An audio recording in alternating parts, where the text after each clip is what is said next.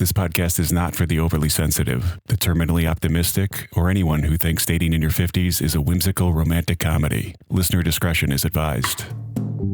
Girls Can Tell with Trent Erickson. Subscribe, share, catch new episodes weekly, and try not to take it personally. Let me tell you about a conversation that almost didn't happen. About 9 months ago, I matched with someone on a dating app. We chatted for a little while, but things fizzled out for the usual reasons. Busy schedules, mismatched timing, the kind of fade that happens all the time. Nothing dramatic, just standard app behavior. I figured that was the end of it. Then, 9 months later, she rematched with me. This time, something on her profile jumped out immediately. Right at the top of her bio was a new addition she hadn't had up during our first connection. A clear political filter. A written velvet rope that essentially said, if you're this type politically, don't bother. We won't get along. And that type described me. She told me later that she'd only recently added it, but even after I pointed it out and said something like, seems like you already made up your mind about people like me, I'm not sure there's much of a point in talking. She still pushed to connect. She said she'd listened to many episodes of this podcast, like a lot of them, that she agreed with so much of how I think that she felt we might have a real connection brewing from the conversations we'd already had, and she probably wanted to see if the label actually matched the person behind the mic. She asked, more than once, if I would just get on the phone with her for a little while. So, being open-minded, or maybe just curious enough not to slam the door, I said, fine, one call. We talked for an hour and a half. And the thing is, she was completely wrong about what she thought that label told her about me. The assumptions she had built in her bio, the category she'd decided in advance was a deal breaker, had almost nothing to do with who I actually am, how I think, or what I value in life and relationships. She almost missed that. And if I'm being honest, I almost let her. Sitting with that realization bothered me more than I expected, because it forced me to ask myself a really uncomfortable question. How many times had I done the exact same thing to somebody else? By the time you're dating seriously in your 40s or 50s, your mind has already started building shortcuts. That's natural. You collected enough experience, heartbreaks, wasted months on conversations that went nowhere, and patterns that left you drained. You start looking for ways to protect your time and energy. Labels feel like the smartest, fastest screen available. A single word or phrase in a bio becomes your velvet rope. Divorced, never married, has kids, no kids, lives in the suburbs, blue collar, white collar, Christian, atheist, poly, monogamous, 6 feet tall, 5'8", flight attendant, doctor, bartender. You think you're just being efficient. You've earned these lessons the hard way. Why spend 6 weeks texting and meeting someone only to discover the same old incompatibilities? In a world of endless swipes, labels seem like practical self-protection. Except, a label puts someone in a box. It doesn't tell you who they actually are inside that box. 2 people can share the exact same label and have almost nothing else in common. Same job title, completely different character or work ethic. Same political leaning, wildly different emotional maturity or kindness. Same not ready for a serious relationship, but for reasons that lead to totally different outcomes. When you filter strictly by label, you're not really screening for behavior, values, or character. You're screening for a single data point and pretending it paints a complete picture of a human being you've never spoken to. That's a shortcut that feels smart, but often costs you more than you realize. Underneath this habit lies a psychological trick that's easy to miss. A pattern is real data. If something painful repeats across multiple people in a similar context, your brain is supposed to notice. That's how we learn, not to burn our hand on the same stove twice. But a pattern is only a probability we treat like a guarantee. A person, on the other hand, may or may not fit that pattern at all. When you filter by label, you're taking observations from past experience and dropping them into one new individual who hasn't done anything to you yet. You're holding them responsible for what someone else did. It's like convicting them of a crime based on circumstantial evidence that has zero to do with their specific actions or character. That's exactly what happened with her and me. She had decided a certain political category was an automatic no-go. I fell into it, and we almost never got 60 seconds for her to see that she was wrong. I've done the exact same thing. Take what I call the flight attendant rule. Over a stretch of time, I had several consecutive relationships with flight attendants. The pattern was unmistakable. Compartmentalization, emotional inconsistency, a specific kind of unavailability tied to the lifestyle, the overnights, the crew dynamics, the polished but distant version of themselves that never quite felt fully present. Those behaviors weren't imaginary, they were real, repeated experiences, and my brain drew reasonable conclusions from them. Patterns like that deserve attention. But then I started applying those conclusions to new women who simply shared the job title, women who had never shown me any of those red flags. When I was in it, it felt like smart self-protection. Looking back honestly, it was a mistake. I was filtering the category instead of the person. She did it with a political label. I did it with an occupation. The mental shortcut was the same. Here's another example that hits closer to home for many of us in Chicago. No pun intended. There was a woman who lived about 20 miles away on the north side in one of the suburbs. On paper, that distance looks manageable until you factor in Chicago reality. 20 miles can easily turn into an hour-and-a-half drive with traffic, and in this city, traffic is almost always bad. I almost filtered her out immediately because of it. Suburbs, not in the immediate city, too far, too much hassle.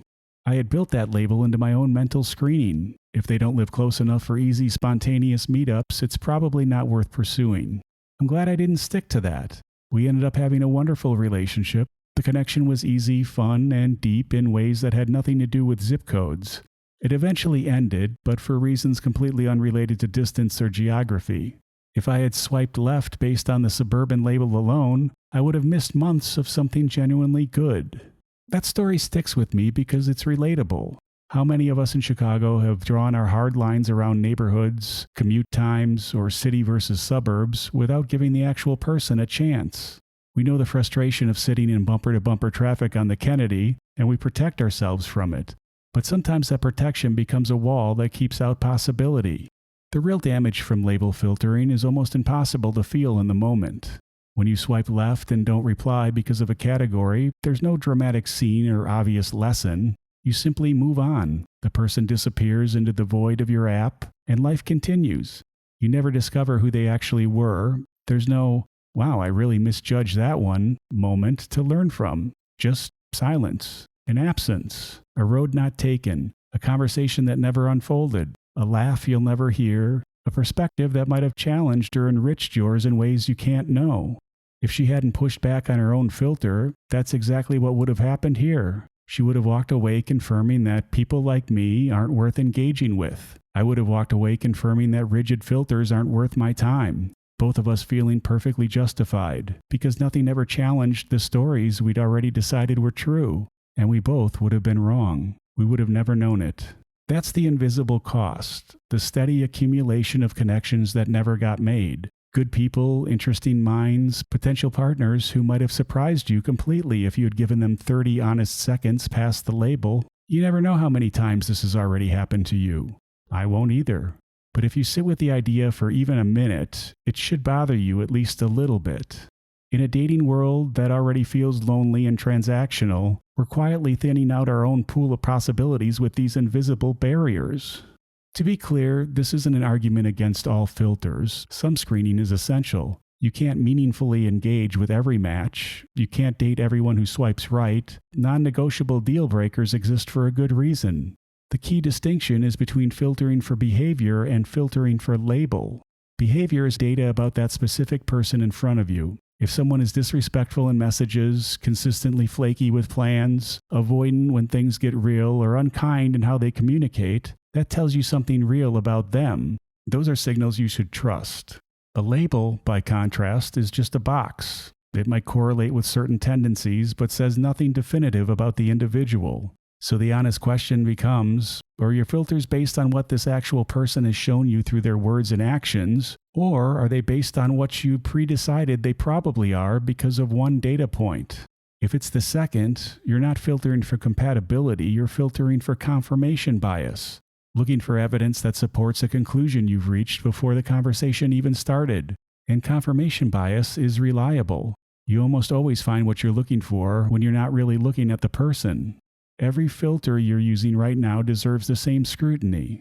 On that call we almost never had, an hour and a half flew by. The conversation felt easy and natural, funny at times and thoughtful at others. She was smart, engaged, and had clearly thought about ideas from the podcast. She pushed back when she disagreed, which made it even better. We got into topics neither of us planned, the way good conversations do when there's real curiosity instead of guarded screening.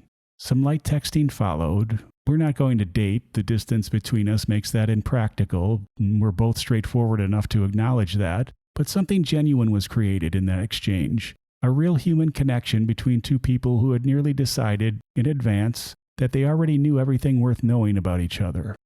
That experience has shifted how I look at my own filters. Not throwing them all away, that would be naive and exhausting, but by adding a sharper internal question every single time.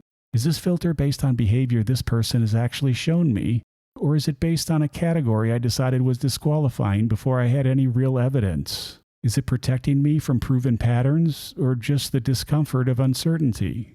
You'd think the most expensive mistake you could make in dating is catching feelings too fast or investing too early. But the worst mistake is deciding you already know who someone is before they've had a single chance to show you otherwise. I've done it with people I'll never be able to name. Absences in life that may have been richer if I had paused on the label. The only thing that actually tells you who someone is who they actually are, the person. You don't find that in a bio or a single data point. You find that in conversation. So maybe the filter worth keeping above all is the one that forces honesty. What do I actually know here, and what am I just assuming?